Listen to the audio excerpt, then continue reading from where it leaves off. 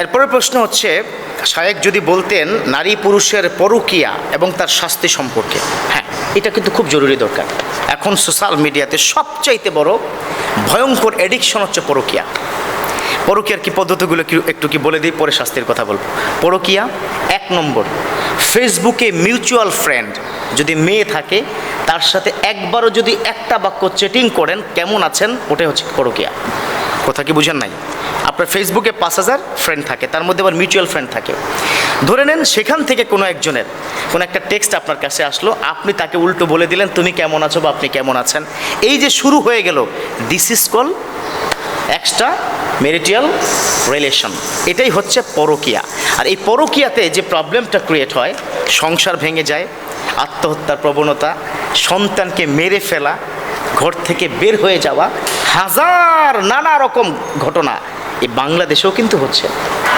অবাক করা কাণ্ড, ড্রাইভারের সাথে পরকীয়া চলে গেছে, পিএসের সাথে পরকীয়া চলে গেছে, 3 সন্তান 4 সন্তানের জননী পরকীয়া চলে গেছে। পরকীয়ার বিভিন্ন স্টাইলে আমাদের দেশটাকে, সমাজটাকে কুলুষিত করে নষ্ট করে দিয়েছে। এবার দেখুন পরকীয়ার একটা ফরম্যাট বললাম। নাম্বার 2, ধরে নেন আপনার হাজব্যান্ডের কোনো কলিগ আসলো, খাবার ভালো হয়েছে, ডাইনিং টেবিলে বসে খাবার খেয়েছেন, একজন অন্যজনের কি প্রশংসা, তিনি বলে দিলেন ভাই আসিয়েন, পরকীয়া শুরু হয়ে গেছে। পরকীয়া। আপনার কোনো কারণে ফোনটা আপনি আপনার ডেস্কে রেখে চলে গেলেন, তার পাশের কোনো কলিগ বারবার ফোন ধরে, ভাবি কেমন আছেন, ভাবি আপনার সাথে তো বাসায় অনেকদিন আসা হয় না, আসবো না, আমার নাম্বারটা রাখেন, শুরু পরকীয়া। এভাবে আস্তে আস্তে পরকীয়ার জের এত বাজে পর্যায়ে কি পৌঁছে গেছে, পরকীয়া ছাড়া চলাই মনে যায় না। তবে পরকীয়াটাকে আমরা খুব সিম্পলিসিটির মধ্যে নিয়ে এসেছি, খুব সহজ করে ফেলেছি। অথচ এই পরকীয়া আপনি যার সাথে করছেন সেই মানুষটা শুধুমাত্র আপনাকে ব্যবহার করবে। সামান্য ভোগের সামগ্রী আপনি হয়ে যাবেন, কিছুদিন ব্যবহার, তারপর আপনি শেষ। অথচ এই পরকীয়ার ইতিহাস, এই পরকীয়ার যদি আপনি জেরটা খেয়াল করেন বা তার রেজাল্ট যদি আপনি দেখেন, you have to go to the hell fire. আমার বিশ্বনবী তিনি বলে দিয়েছেন, যদি কারোর সাথে কোনো স্বামী এবং স্ত্রী অন্য কারোর সাথে সম্পর্ক তৈরি করে, এটা সাধারণ কোনো গুনাহ নয়, এটা হয়ে যাবে ব্যভিচার। আর ব্যভিচারের শাস্তি হলো পাথর নিক্ষেপ করে দুনিয়াতে হত্যা করা হবে।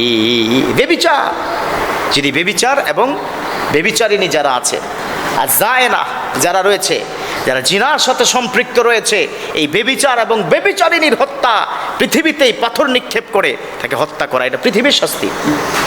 এবার ভাবেন কিয়ামতের ময়দানে কি হবে। আবার বিশ্বনবী তিনি একদিন মেরাজের রাত্রিতে, প্রায় 27 বছরের একটা ইতিহাস আছে মেরাজের ঘটনায়, তিনি যখন জান্নাতে গেলেন মনটা খুশি হয়ে গেল, জান্নাতের নাজ নেয়ামত দেখলেন। আমার নবী ভিতরে প্রবেশ করার চেষ্টা করলেন, ওই জান্নাতের প্রহরী বললেন না নবী না, এটা কিয়ামতের পরে যখন আল্লাহ জান্নাত জাহান্নাম নির্ধারণ করবে তখন আপনার হাতে আল্লাহ চাবিটা দিয়ে দিবে, আপনি সবার আগে প্রবেশ করবেন, এখন প্রবেশ করা যাবে না। আমার বিশ্বনবী জান্নাতের গেট থেকে জাহান্নামের কাছে গেলেন, গিয়ে দেখলেন বিভিন্ন ভয়ঙ্কর ভয়ঙ্কর শাস্তি। ভয়ঙ্কর শাস্তি, অনেকগুলো শাস্তির কথা বললাম না, একটা শাস্তি পরকীয়া যারা করছেন, জেনার সাথে যারা লিপ্ত আছেন তাদের জন্য বলছি, যদি তওবা কি না করেন তাহলে খবর আছে। কি খবর? দেখা যাচ্ছে বিশাল পাহাড় সাইজের পাথর লজ্জাস্থানের সাথে বস্যির মতো আংটা দিয়ে ঝুলিয়ে রেখেছে পুরো। নাউজুবিল্লাহ, কি ভয়ঙ্কর শাস্তি হবে কাল কিয়ামতের ময়দানে। রক্তাক্ত চিৎকার, আমার নবী দেখতে পারেন নাই, চোখ দিয়ে পানি চলে আসছে। লিমাযা হাযা, তিনি এবার প্রশ্ন করলেন জিবরিল আমিনকে, কেন এটা ঘটলো? ইন্নাহুম জাইনুন, তারা প্রত্যেক হলো জেনাকারী, তারা পরকীয়া করেছে, অন্যের সাথে সম্পর্ক তৈরি করেছে, নিজের স্বামী নিজের স্ত্রী ছাড়া অন্যের স্বামী এবং স্ত্রীর সাথে সম্পর্ক তৈরি করেছে, ওই জেনার কারণে আজকে এত ভয়ঙ্কর শাস্তি। বিশ্বনবী ভয় পেয়ে গেলেন। মিরাজের ঘটনার পরে তিনি যখন পৃথিবীতে আবার শুভাগমন ঘটলো, সব সাহাবাদেরকে এই জেনার বিষয়ে, পরকীয়ার বিষয়ে, এক্সট্রা রিলেশনের বিষয়ে তিনি কথা বলেছেন। আজকাল এত পানিভাত হয়ে গেছে আপনি কল্পনা করতে পারবেন না। অতএব আল্লাহ যেন আমাদেরকে পরকীয়া নামকে ভয়ঙ্কর ব্যাধি শাস্তিযোগ্য অপরাধ থেকে হেফাজতে রাখে। যারা করে ফেলেছেন ইতিপূর্বে তাড়াতাড়ি আল্লাহর কাছে তওবা করেন, কারণ রব্বি করিম তিনি বলেছেন লা তাকনাতু মির রাহমাতিল্লাহ ইন্নাল্লাহা ইয়াগফিরু যুনুবা জামিআ। আল্লাহ সব গুনাহ ক্ষমা করবেন, বাট তার জন্য কন্ডিশন কি? তওবা করা। আল্লাহর কাছে আমরা তওবা করব, oh almighty I never do again, আমি আর এই গুনাহটা করব না।